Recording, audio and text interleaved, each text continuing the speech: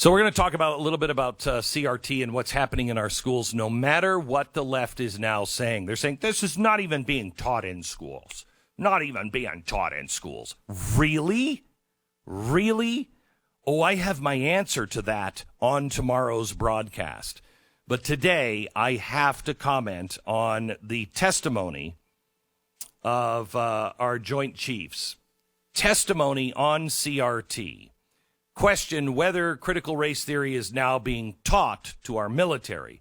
Listen to this smug, arrogant, I almost used a word I'm not allowed to use on public airwaves. I warn you, duct tape alert. Wrap your head in duct tape. I have not been able to get through this whole clip. Every time I try to listen to it, I'm like, I can't take it anymore. Your head will explode. I'm going to try to make it all the way through. Here it is. First of all, on the issue of critical race theory, et cetera, I'll obviously have to get much smarter on whatever the theory is. But I do think it's important, actually, for those of us in uniform. Stop. We have to be more educated on what this theory even is. All of us, me included. But I think it's very important. Wait, you don't know what it is. You just said you're not educated enough to even know what it is. But then you follow it up with, but I think it's important in our schools. He continues. To be open-minded and be widely read. And the United States Military Academy is a university. And it is important that we train and we understand. And I want to understand white rage. And I'm white.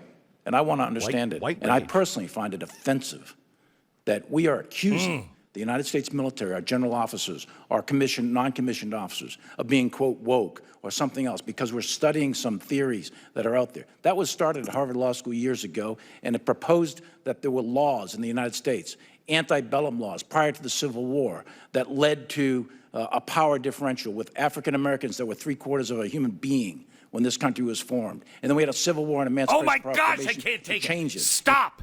General Milley, I cannot make it through your entire testimony. I can't. You are such a gas bag that is trying to sound like I'm all for education. Well, then maybe you should get an education. First of all, it's not 3/4, it's 3/5. And it was done to protect the slave, to stop slavery. You are a moron and a self-imposed ignoramus if you still believe that lie. Do some damn homework before you start telling me about a Harvard theory. It was just some Harvard theory. It's not a Harvard theory. Yes, that's how it started. That's not what it is. And you can find that out just by reading the book they wrote. Oh my gosh. It is a Marxist philosophy. Well, we're a university. We should be open to all thought. Great. Are you reading Adolf Hitler? Are you reading Mao's Little Red Book? No, you're not. Why? Because you know it's poison. You know what it is. And you would certainly not say, this is a very important book, Mao's Little Red Book. Well, actually, General Milley, you might be. You might someday come out and say, I really think we should start teaching Mao's Little Red Book. It's just interesting. It just started out as an idea. And I think we should be open to all ideas. No, sir. No, sir, no, sir, no, sir. There's a difference between personal exploration, and I don't want any book or any theory banned, but you don't endorse it. Now, if you are studying something like, I think it's a very interesting theory, this theory of the Islamists, that constitutional law doesn't really exist because God's the only one with any power. And so we have to just be ruled by the Quran. I think it's really interesting. We should really openly talk about this and discover whether or not that's true. Well, that's great for a philosophy class, but not for our military. Our military should know our enemy, know the people who are trying to destroy us. All enemies, foreign and domestic. And you are implanting the enemy of this country, of our Constitution. You are violating your oath, General Milley. You are violating your oath. By the way, white rage. I'm very interested in white rage. I don't even know what white rage is, except what I'm feeling right now, and I happen to be white. What is white rage? White rage, he wants to know, what causes it? Where's it come from? White rage is Barack Obama and his Marxist friends' way of saying anyone who disagrees with his Marxist ideas is afraid that they're losing their white privilege. I want everyone to have the same approach and the same privileges that I have.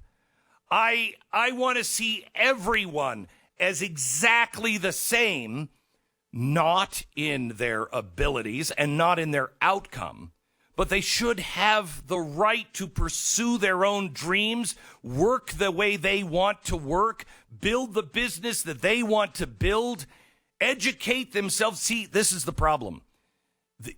The schools we have right now, they're promising us a good education, but they're not. They're indoctrinating. These are no longer public schools. Stop calling them public schools.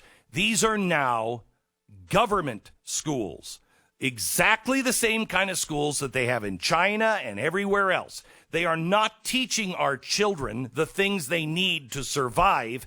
They are teaching our children to hate based on a color, white rage. Is there any evidence, General, on white rage being a danger to anyone right now? Is there anything? And let me ask you this. How is it legal for the nation to go to war with a single race of people who are citizens? How's that constitutional? Because that's exactly what's going on. I don't care if they are full of rage or not. They're citizens. They're people, and they have rights. They can be pissed at you all they want to be. They can be pissed off at the government.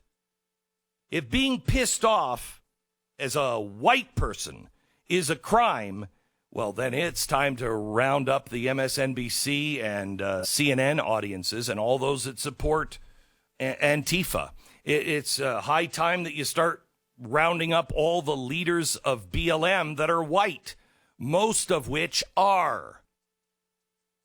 But we're not talking about those. We're not talking about those who are enraged because some people say, I'm not wearing a mask anymore. They're enraged. That's not white rage. White rage is saying, I'm not going to wear a mask anymore.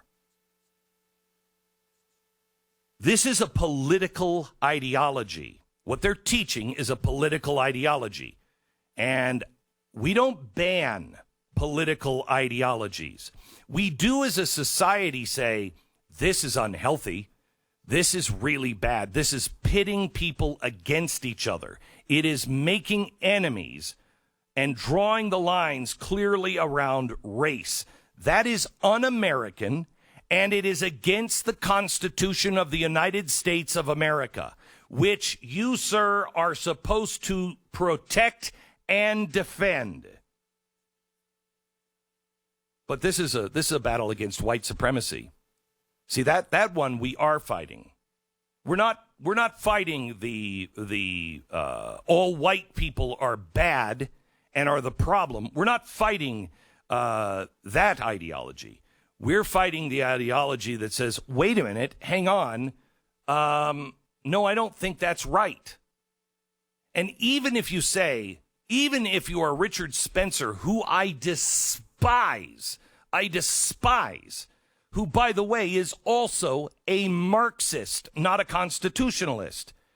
How can the president spend money and use resources to target a political ideology in the United States legally? What if the next president decides to come in and say, you know, it's all black people that are the problem, and we got to fight that black rage? We got to fight that black rage. Are you going to be in support for that? How about if he comes in and says, you know what? Because Biden has already alluded to this, if not stated it directly. The Republicans are the problem. The Republicans are the ones that are whipping people into a frenzy and this white rage, and they're white supremacists and always have been.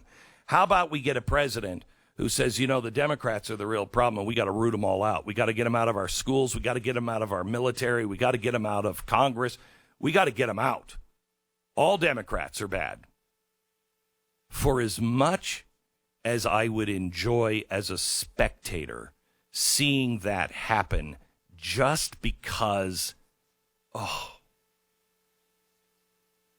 what you're doing to people right now, I would stand up against it.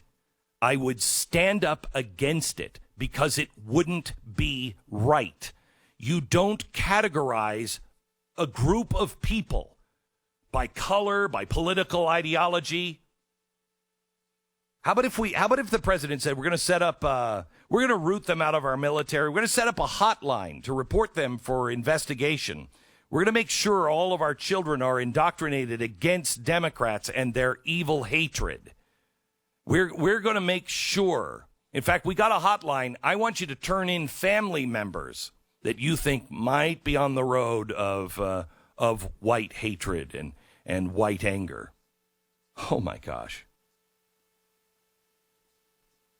It's asinine. It's asinine that someone can burn the United States flag in the streets, and we are all supposed to cherish that freedom.